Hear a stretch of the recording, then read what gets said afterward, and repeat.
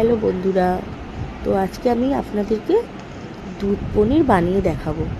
প্রথমে পনিরগুলো ভেজে নেব। ভাজা হয়ে গেলে ওই তেলে গোটা গরম মশলা, জিরে আর শুকনো লঙ্কা ফোড়ন দিয়ে ক্যাপসিকাম আর টমেটোগুলো দিয়ে ভালো করে নেড়ে দেবো। ভাজা হয়ে গেলে আদা বাটা, জিরের গুঁড়ো, লঙ্কার গুঁড়ো, সামান্য হলুদ গুঁড়ো দিয়ে নেড়ে স্বাদ মতো নুন দিয়ে দেবো। ওগুলো নাড়াচাড়া করে তারপরে ওর মধ্যে কাজু, কাঁচা লঙ্কা বাটা আর চারমগজ বাটা দিয়ে হালকা করে নেড়ে দেবো।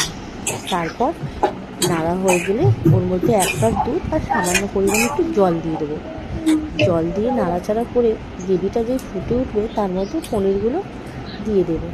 পনির দেওয়ার পর একটু গ্রেভিটা যখন গাঢ় হয়ে যাবে, ঠিক নামানোর আগে একটু গুঁড়ো গরম মশলা আর সামান্য ঘি, আর তোমরা যদি কেউ চিনি খেতে চাও তো স্বাদ মতো একটু চিনি দিতে পারো, তাহলে দেখবে টেস্টটা আরও সুন্দর হয়ে যাবে।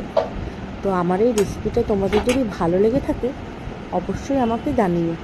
অনেক অনেক ধন্যবাদ, থ্যাংক ইউ। যদি ভালো লাগে একটা লাইক, কমেন্ট আর শেয়ার করে দিও। রাখছি, টাটা, বাই। সবাই খুব ভালো থেকো, সুস্থ থেকো এবং অনেক অনেক অনেক খুশি থেকো। টাটা।